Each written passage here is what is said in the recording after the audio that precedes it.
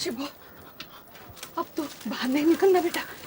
वो मरदूद आ गया और बेटा वो शायद तुम्हारे बारे में बात कर रहा है। वो पूछ रहा था कि लोगों को बहकाने वाली लड़की कहाँ है और गुंडे हैं उसके साथ, हाथ में लाठियां लिए। अब बाहर कैसे जाएगी तू?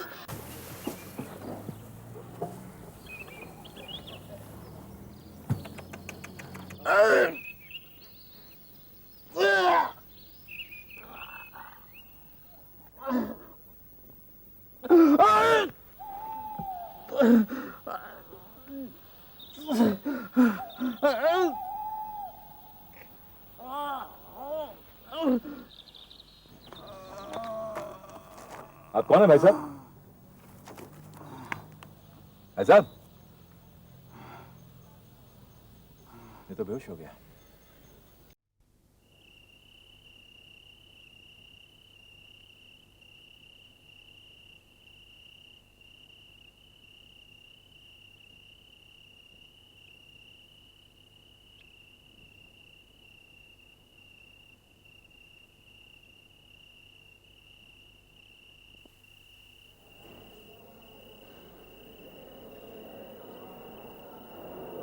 कमल, तुम आ गई।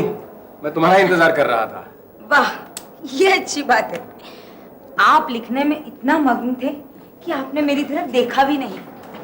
पर आपका ये बहाना अच्छा है कि आप मेरा इंतजार कर रहे थे। भाई तुम्हारे इंतजार में और कुछ नहीं सूझा तो मैंने लिखना शुरू कर दिया। अच्छा, तुम मीना से मिलकर आ रही हो ना? हाँ। क्या कहा उसने? वो मेरी बात सुनकर बहुत खुश हुई। वो शकुन आंटी के मेमोरियल बनने का इंतजार किए बगैर आभूषण पत्रिका शुरू कर देना चाहती है इसी महीने से। अच्छा, तो बहुत अच्छी खबर है। कल से ही काम करने का फैसला हुआ है। कल मैं झुग्गी झोपड़ी वालों से मिलने जा रही हूँ। उनसे इंटरव्यू लेने हैं, वही जिन्हें अपनी जगहों से हटाया जा रहा है। हाँ हाँ हाँ हाँ, अच्छा अच्छा अच्छा अच्छा। तो मेमोरियल बनने के पहले ये पत्रिका तो एस्टेब्लिश हो जाएगी। हाँ। मैं एक बात सोच रहा हूँ कमल, इन सब कामों के बीच तुम्हारी पढ़ाई का क्या होगा? आप इसकी फिक्र मत कीजिए, मैं सब कुछ कर लूंगी। हाँ हाँ, और तो तुम सब कर लोगी, मगर मेरी तरफ देखने का भी टाइम नहीं मिलेगा। वो तो जब वक्त आएगा तब पता चलेगा। अच्छा अच्छा अच्छा, एक बात बताओ, जब हम तीनों वहां फिर काम करेंगे, मेरा मतलब है जब मीना हम दोनों के बीच होगी, तो तुम्हें जलन तो नहीं होगी ना? मुझे तो तब भी कुछ नहीं हुआ था। जेलस तो वो ही हुई थी, लेकिन उसमें उसका कोई कसूर नहीं था। हस्बैंड उसे इग्नोर कर रहा था और उसे एक सहारे की जरूरत थी। शुक्र है मैं उसका सहारा नहीं बना। आप बहुत ज्यादा शरीफ हैं। इतना भी नहीं जितना तुम समझती हो। उससे भी कुछ ज्यादा ही। आप कुछ नहीं समझते। क्या नहीं समझता? यही, अब देखिए ना, मुझे बहुत जोरों की भूख लगी है और आपको इसका एहसास तक नहीं। चलिए ना कहीं जाकर खाना खाते हैं और फिर आप मुझे हॉस्टल छोड़ दीजिएगा। सचमुच कमल, मुझे खाने का ख्याल रहता ही नहीं। पहले लिखने की वजह से नहीं रहता था, अब तुम्हारी वजह से। देखो, तुम मुझे 5 मिनट दे दो, मैं इस कहानी का आखिरी पैरा लिख लेता हूँ। अभी नहीं लिखा तो कभी नहीं लिखा जाएगा और मेरी कहानी अधूरी रह जाएगी। ठीक है?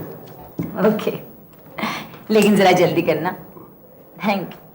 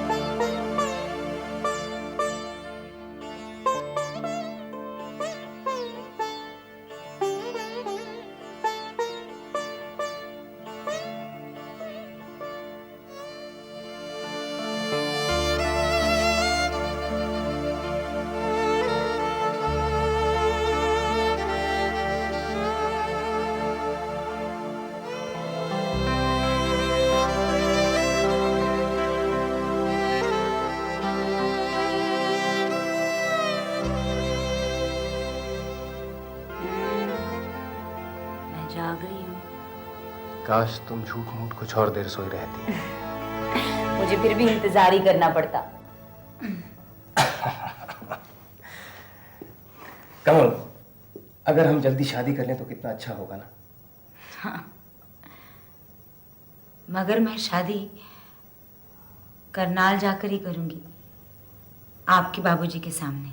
करनाल तो यहाँ से कोई दूर नहीं है। वैसे ये शादी आंटी के जीते जी भी हो सकती थी, मगर उस समय तुम्हारी जबान पर नाना के सिवा और कुछ नहीं था। उस वक्त मुझ पर मेरे बाबूजी का आतंक छाया हुआ था।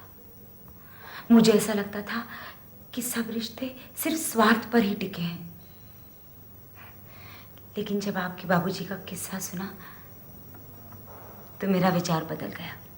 अच्छा, तो इसी कारण तुम मुझसे दूर भाग रही थी? भागना तो अभी भी चाहती हूँ। कहाँ? खाना खाने। मुझे बहुत भूख लगी है, चलिए ना। फिर मुझे हॉस्टल भी जाना है। कमल, हॉस्टल मैं तुम्हें छोड़ दूंगा, मगर खाना खाने के बारे में मेरा एक विचार है। क्या? देखो, तुम्हारे साथ यहाँ बैठे हुए मुझे बहुत अच्छा लग रहा है। क्यों ना यहीं खाने का इंतजाम कर लिया जाए?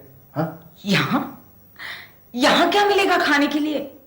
अरे ये पूछो क्या नहीं मिलेगा। वक्त बेवक्त जरूरत पड़ने पे जो भी चाहिए वो सब है यहाँ पर।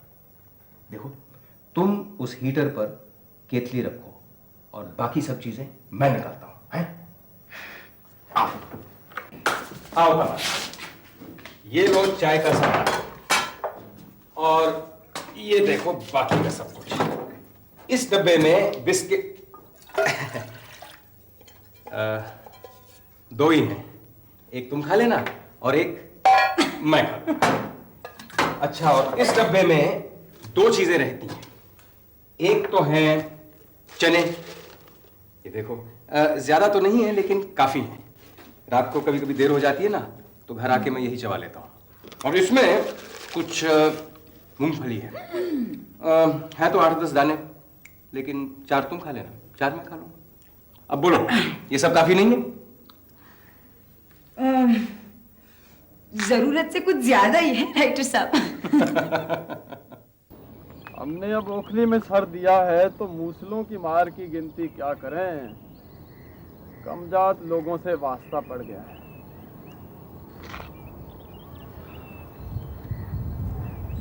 क्या बात है सरदार जी? क्या बताएं बीबी रानी, ये जो सामने घर देख रही हो ना जी, ये अपने आप को बड़ा आदमी कहने वाले का घर है।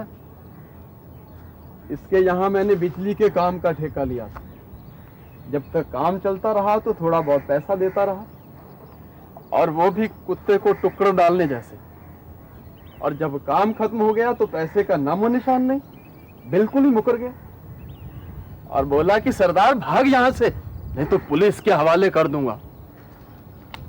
और पैसा देने की बजाय ये नोटिस दे दिया है। बोला कि तुमने काम शुरू करके बीच में छोड़ा है, इसलिए हर्जाना देना पड़ेगा। आपने पुलिस में रिपोर्ट लिखवाई?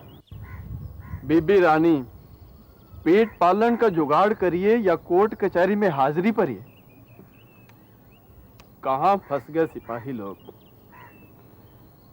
फौज में नौकरी की है, दूसरी बड़ी जंग में कहां कहां नहीं लड़ा, और फतेह हासिल करके जब गांव पहुंचा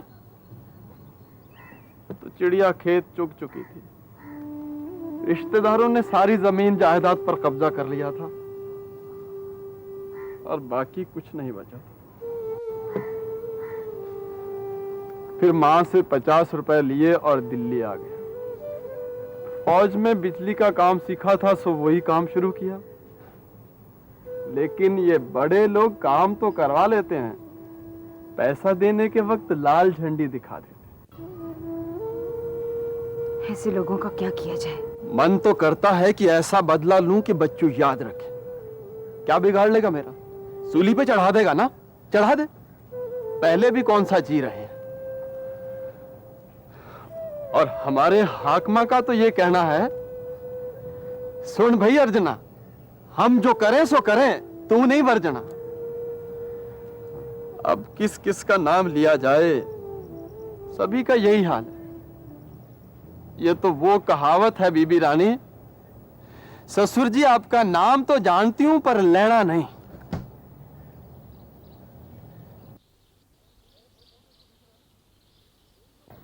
ओ देखो बीबी रानी, यही वो ससुर है जिसकी बात मैं कर रहा था।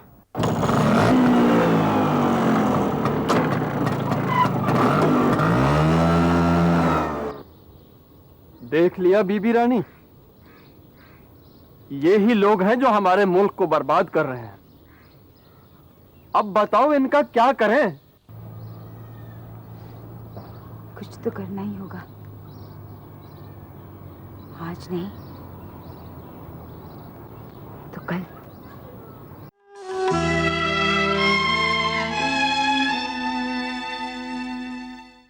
आपके कमेंट्स ही हमें आगे बढ़ाते हैं। बताइए कहानी कैसी लगी।